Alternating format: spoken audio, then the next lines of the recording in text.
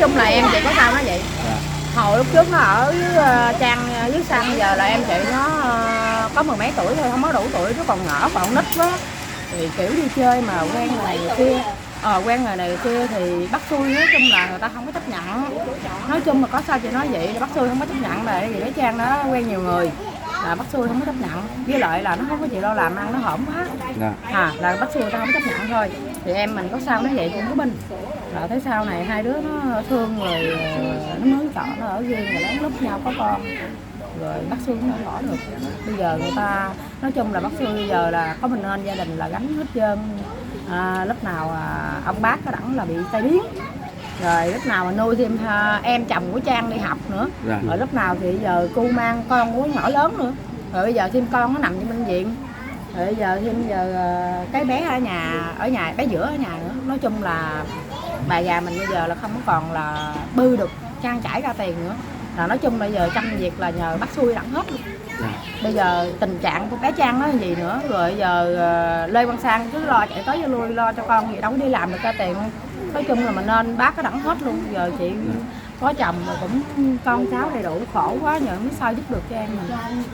Thì cũng nhờ mấy anh Mạnh Thường Quân giúp đỡ cho cháu vượt qua cái kiếp nạn này cho cháu nó sống được làm người. Tôi là chị hai của Huyền Trang, là chị vợ của Lê Văn Sang. Trước khi là em cũng cảm ơn là Mạnh Thường Quân ở giúp đỡ cho gia đình của mẹ em với lại cháu nằm viện ở nhà. Trước là sau lại là cảm ơn bác xui với là bà già chồng của bé Trang.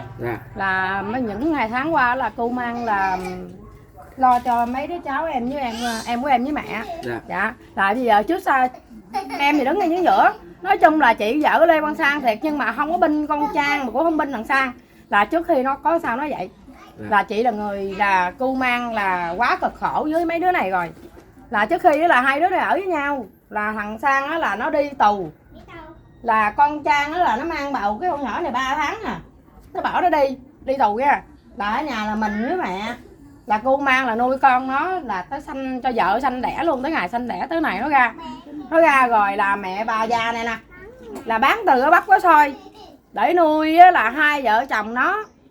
Rồi tới sau là có đương thêm một bé này nữa, mà chị nói em con Trang nó ở cái thằng này đó nó quá cực khổ rồi, bị đánh bị đập dữ lắm, thằng này đánh vợ dữ lắm, dã man lắm, không có chịu đi làm gì hết á, ăn chơi tối ngày ở nhà ăn chơi đi nhậu, rồi là nhậu về là kiếm chuyện bánh vợ bánh con, mà chị không cho ở từ lâu rồi.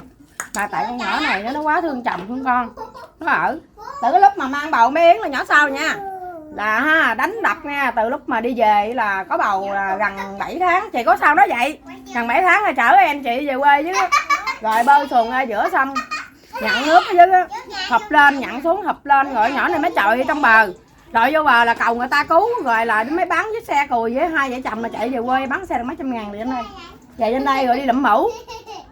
Đi lụm đồ mũ á, là mẹ bệnh cũng mới kiếm từ đồng đi mua thuốc cho mẹ, đi mua từ chai rượu cho chồng nha, rồi mua thuốc hút cho chồng, rồi là tới ngày mà lụm mũ, tới ngày mà đi đẻ rớt luôn, đẻ rớt cho bệnh viện luôn, là không có tiền. Là nói chung là có sao cho nó vậy, không có tiền, bà già chồng cho được 2 triệu gì đó, cho được 2 triệu. Nói chung là cũng cảm ơn bác xui cho được 2 triệu cho em nó sanh đẻ, rồi là tới là xuất viện về đâu có tiền đâu, trốn viện về, cho nên là bé Yến bây giờ là không có giấy khai sinh, không ấy sinh luôn.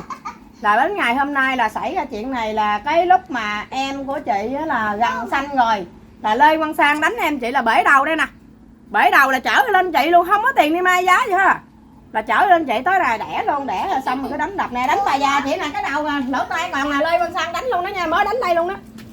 Chứ đâu phải mình nên em chị mà đánh, là đừng có nói mà em chị mà bạo lực mẹ chồng đánh chị, chồng đánh mẹ chồng, mẹ ruột không có đâu, có thật sự là có đánh mẹ ruột thiệt mà lâu lắm rồi.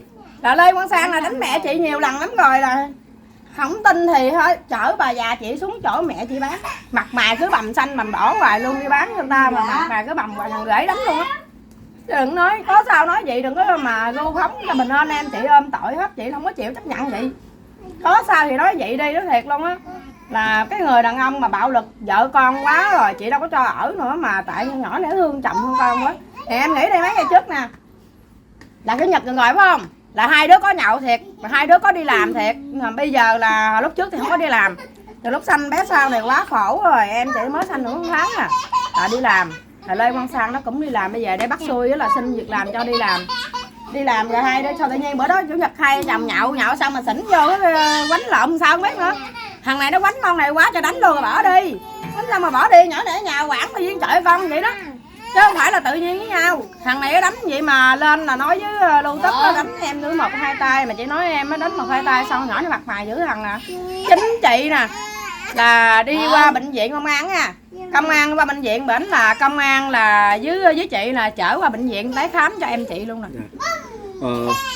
Sau khi chúng em xem cái hình ấy, chúng em cứ nghĩ là sau khi chị lên cơ quan chức năng được cho về nhà rồi mới xảy ra cái chuyện đấy, hóa ra đấy là xảy ra trong cái buổi hôm đó luôn. Không có đâu con. Dạ. Xảy chuyện ra trước rồi. Dạ. Xảy ra trước rồi là Lê Quang Sang đã đánh em chị trọng thương rồi. Là Lê Quang Sang chạy xe đi. Rồi con nhỏ này ở nhà là chồng đi rồi mới quẳng lên. Rồi mới quơ con mới đánh chọi con luôn đó. Đó là chuyện đó là cái sự thật luôn đó.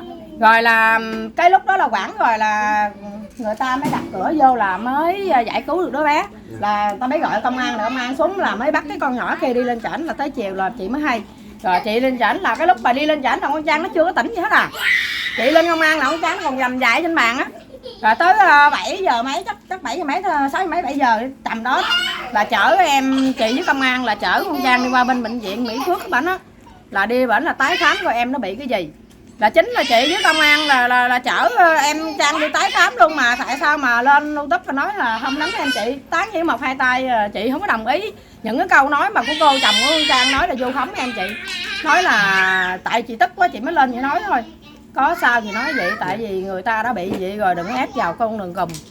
Là cháu mình đã cũng đầu tiên thì Lê Quang Sang cũng đã gây ra chuyện này, mà bây giờ là nói hết là cho con nhỏ này là chị không chịu. Tại sao mà Sang nó quánh bà và vợ nó còn thương tích như vậy mà sao không nói ra mà đủ thừa cho con nhỏ này không? Cái chuyện đàn bà là không có tiền, dĩ nhiên là phải sanh ra là gậy lộn với nhau, tại vì chị 3-4 đứa con ôm 2 đứa cháu, chị biết hoàn cảnh trong nhà không có tiền thế nào. Tại mình người đàn ông mình không có chịu đi làm, cứ là nhờ vào mẹ vợ nè, rồi nhờ vào chị vợ, rồi nhờ vào mẹ ruột của mình, cứ nhiêu nó làm hoài luôn á. Bây giờ mọi người em quá cực khổ rồi. Dạ. Đi kiếm từng miếng đồ ăn, ai cho về xin cái đó cũng đem về ôm cho mẹ nè. Không tin thì hỏi hết ở xóm bên đây, cá thịt rau cải này kia đồ ôm xuống là cho bắt xui đồ ăn, rồi vòng vòng ở xóm coi kêu mẹ có ai không có cho người ta. Nói ngày nào hả cũng lên lấy hết trơn á, ngày nào cũng chuyển đi xin người ta về để cho em nó ăn. Tại vì giờ hoàn cảnh của em mình nó khổ vậy, nói chung là chị không có giàu có gì giúp đỡ cho em út với mẹ mình lúc nào giờ lúc đó. Tội nghiệp có con cái là mang cái bụng bầu đi lụm đồ mũ tới đẻ gớt luôn, là được dành dụm bao nhiêu tiền nên mua thuốc cho mẹ già. Ngay hồi lúc trước có đánh mẹ thiệt, chứ sau này là nó không có. Hồi lúc trước thì có thiệt, cũng lâu lắm rồi, mấy năm nay rồi đó, có đánh mẹ thì có. Bây giờ là chị cũng có sao chị cũng nói vậy thì nhờ Mạnh Thường Quân giúp đỡ, là trước tiên là cho bé Yến cho nó hết bệnh, là như là tội của người mẹ thì bên pháp luật xử lý. Thì chị có sao chị nói vậy thì chị cũng cảm ơn Mạnh Thường Quân là giúp đỡ cho mẹ chị trong lúc khó khăn này với mấy đứa cháu, với cháu chị làm trong bệnh viện ở Trỏng. Em cũng chia sẻ với chị là mấy ngày qua là ba anh em tụi em là ghé bệnh viện liên tục để có thử rồi gửi gắm bác sĩ ở đó nữa. Hôm qua rất là mừng khi mà sức khỏe của bé Yến nó phục hồi rồi. Còn cái câu chuyện mà hai bên có mâu thuẫn như đó thì chắc em cũng xin phép là không chia sẻ, tại vì nó gây ra cái sự mâu thuẫn thêm. Thì mọi chuyện cũng đã lỡ rồi. Bây giờ mình cái quan trọng nhất bây giờ là mình làm sao cho đúng rồi đó, lo bé cho hết bệnh đi. Rồi còn chuyện vợ chồng mà có ở với nhau hay không ở đó là việc của anh chị ấy. Dạ đúng rồi. Chị nói với em nghe nè, chuyện duyên nợ của vợ chồng nó không ai ép buộc được, không ai cấm thế được. Chẳng hạn như hôm nay thì ví dụ như bây giờ chị Trang có bị đánh hay không thì mọi người nhìn cái mắt là biết liền. Đúng rồi. Cho nên thôi cái đó mình nhìn là mình biết rồi, mình hiểu rồi. Dạ. Còn không có cần nói nhiều, chị nói thiệt không cần nói nhiều. Bây giờ thì Mạnh Thường Quân với mấy chị em thì cũng nhìn cái mặt của con Trang thì cũng biết là con Trang bị đánh thế nào, rồi con của nó bị tổn thương thế nào, và sự việc mà mới đầu tiên xảy ra sao thì giờ hỏi hai vợ chồng với nhau đi. Em ví dụ tại chị cũng biết cái này nữa. Mọi người thấy cái cửa là để có thể cứu được bé Yến là hàng xóm phải đục bể cái cửa này, và bây giờ muốn lanh lại cái cửa đó có được, muốn sửa lại cái cửa nó không có được nữa, phải bỏ. Thì cái vết thương ở trong lòng á, cái vết thương tinh thần của chị nói nghe là chị nói em nghe lúc mà chị vô bệnh viện đó là bé Trang chưa tỉnh lại nữa, rồi tới nào mà Bé Trang là đi về rước đi về tới dưới đây với công an xã dưới đây là 11 giờ mấy đêm rồi. Bé Trang đã tỉnh lại rồi, là lúc đó là hết rượu rồi. Dạ. Chị mới hỏi là ủa mụ mày khùng hay gì, mày làm cái gì mà hai vợ chồng mày đánh lộn, mày đánh nhau cho chết đi mất gì mà bé Yến bị thương tích dữ à? Mày làm gì mày đánh bé Yến dữ à Trang? Mày khùng hay gì, mày đẻ con mày biết đau Trang? Nó nói không chị hai em không có nhớ gì hết trơn. Nó trả lời vậy đó. Em xỉn quá rồi, thằng Sang nó mới đầu tiên là em nhớ nó vô nắm đầu đánh em thôi, nó giọng vô hang mắt của em rồi nó đánh em quá trời. Lúc đó em đang ôm bé Yến rồi em quăng bé Yến ra, lúc nào em cũng có sao là em hết nhớ luôn. Là nó nói vậy thì mấy anh không tin, mấy anh cũng cứ hỏi con Trang thì em hỏi cho bé Trang sao bé Trang trả lời vậy đó. Nói chung là con Trang nó từ nào giờ cho nó em không bên em mình. Con nhỏ này nó làm như nó tẩn nó ba trợn cái gì muốn ba hồi đóng thương con nó dễ thương, mà hồi là vợ chồng nó gây lộn lên là bắt đầu là xỉn vô là đánh con, nhưng mà đánh giả dạy bạc tay thôi chứ tự nhiên thằng này chị cũng không hiểu sao thằng này chứ không phải là bên nó là nãy giờ nó đánh con, nó có đánh con thiệt nhưng mà xỉn vô giả một hai tay vậy thôi à. Chị cũng không ngờ mà tới nay nó vậy nữa. Em cũng chia sẻ là vì bị ức chế tinh thần nhiều là quá rồi, sau khi sinh nữa, cái sau khi sinh cái quan trọng em có đó là cái lúc có bầu đó là bị đánh đập nhiều lần quá chứ là bị trắng nước, là lúc đó là về nó hoảng loạn quá rồi sau lại nghèo khổ quá, ăn uống thiếu thốn rồi lúc mang bụng bầu đạp xe đạp đi lụm mũ nữa, đi lụm đồ mũ tới nào mà đi đẻ rớt luôn, lụm đồ mũ tới đẻ rớt luôn đó, đẻ rớt cho mình không có tiền rồi chở đi xuống bệnh viện rồi mới điện cho mẹ chồng nào nó hay tội nghiệp bán bánh lời có nhiêu tiền một ngày thì bán tiền trăm ngoài cho con dâu mình 2 triệu. Nói chung tội nghiệp bắt xui ngay từ đầu không có chấp nhận Trang em chị quá hổn, với lại làm biến không có lo làm rồi bắt xui cũng không có chịu chấp nhận, mà hai đứa cũng lén lút với nhau ở tới hai đứa con là sao đứa bé này là tới bé lớn này là bắt sau này thấy khổ quá, bắt sau bắt xui mấy đùm bọc bé giàu nuôi phụ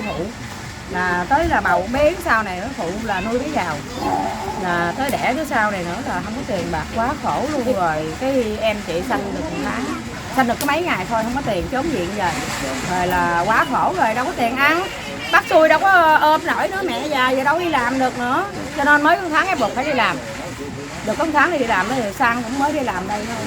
Thì anh em chúng em ấy có gặp bà nội thì bà cũng nói rằng khi mà hai vợ chồng chị Trang đến với nhau để bên bác xui ấy cũng gọi là đúng rồi. Cảm ơn chị rất là nhiều. Em hy vọng là hôm nay em gặp được chị Trang để giải tỏa được những cái uất ức cũng như là những cái suy nghĩ. Bây giờ nha. Để chị điện cho nó được không? Dạ. Để chị điện cho nó coi hai em nó ở đâu rồi. Thưa các bạn, thì anh em của mình đến xóm trọ cũng muốn gặp tất cả mọi người để ghi nhận hai bà ngoại hai cháu đa chiều đến tất cả quý vị và các bạn nhé, để tránh những cái điều này điều kia. Thì cũng cảm ơn tất cả quý vị đã chia sẻ chung tay với bữa không buồn và nhau lại cưng quá hỗ trợ giúp vợ cháu, mong rằng cái Yến sẽ sớm hồi phục. Còn cái chuyện mà vợ chồng chị ấy thì mình mong rằng hai vợ chồng bây giờ 6 người ở trong cái phòng trọ này, nói chung là bản thân đầu tiên mình nghe cái sự việc đó thì mình nghĩ nó không có đơn giản như mà mình nghĩ đâu. Bây giờ chặng này là nó quá sợ rồi, nếu mà các anh Mạnh Thường Quân giúp đỡ được cho cháu em thì cố gắng giúp đỡ cho cháu em tay qua nạn khỏi cho cháu nó xuất hiện giờ cho cháu lớn lên thành người, chứ giờ chắc cha mẹ nó không dám nữa đâu. Chặng này là chắc cha mẹ nó giờ sợ lắm, gắng lo làm ăn để nuôi cho 3 đứa nữa. Số của chị Trang đâu? Em cảm ơn chị nha. Chị là chị Quyên hả? Dạ chị hai. Chị ruột của Trang. Chị Trang là kế chị luôn hay sao? Chị thứ hai, rồi tới thằng em ở ngoài đảo Phú Quốc phải thứ ba, còn thằng em ở bên vợ Sài Gòn thứ tư, nhỏ thứ Úc nè. Chị ra. Lúc ông già mắc là mẹ đang mang bầu bé Trang thì mới có 7 tháng thôi. Cưng đang về tới đâu rồi? Đang về tới đâu rồi? Lẹ về ở đây mấy anh mấy chị đợi mẹ, hai vợ chồng nè, lẹ về đây. Xíu về điện em nha. Trời. Tới đâu rồi? Anh nó còn tầm tiếng nữa vậy đó. Ok. Rồi, em cảm ơn chị Quyên nha. Rồi, cảm ơn bà ngoại. ngoại mà. Dạ. Tại giờ ngoại lúc năm rồi bị Covid cái ngoại hết đi mặn nổi luôn. Dính Covid ha. Nhiễm Gọi Covid. là hậu Covid á. Thì hậu Covid. Ở chậm là 17 ngày đi ra là bà ốm luôn bây giờ. Cái đầu này lên không sang bánh này còn hẻo nè, còn banh nè. Mới bánh này mới bánh này già đây nè, chồng của Trang nổ bên đằng này đâu mà còn banh. Bé sao không vậy con? Tại chị không muốn nói gì đó, ngày hôm nay chị nói luôn, giờ chị tức quá nói vợ chồng chị không nghe được cái câu này. Nó đánh mẹ chị, nó đánh vợ nó. Chị xuống chị la sách kéo chứ ngược chị hả? Ở đằng chợ chị la làng lên người ta cầu cứu chị nhận đó bây giờ chết queo rồi. Nó cầm kéo đằng ra ngược cái tâm vậy á, thằng Lê Văn Sang á. Kính thưa các bạn, hiện tại thì Lê Nguyễn cùng với Phong Bội và anh Hoa Lệ Sài Gòn, anh em chúng mình đang có mặt tại xóm trọ căn các trọ đã xảy ra cái sự việc người vợ sau khi cãi nhau với chồng đã ném bé gái 4 tháng tuổi từ trên gác trọ xuống đó mọi người. Anh Hoa Lệ có quay giúp em cái từ trên cái gác này nè mọi người ơi, từ trên này xuống đến đây nha. Rồi xuống đây nó quýnh chỗ này nè, bắt đầu có tôi la nữa. Mọi người có thấy không? Quay ngang nó tán cho một tay nữa. Cho bé. Và hôm nay anh em chúng mình đến đây để ghi lại cái thông tin nó khách quan, nó đa chiều nhất, cái câu chuyện, cái uẩn ức gì đã dẫn đến cái sự việc đau lòng đó nha mọi người. Trên mạng có xuất hiện rất nhiều những cái thông tin về chị Trang.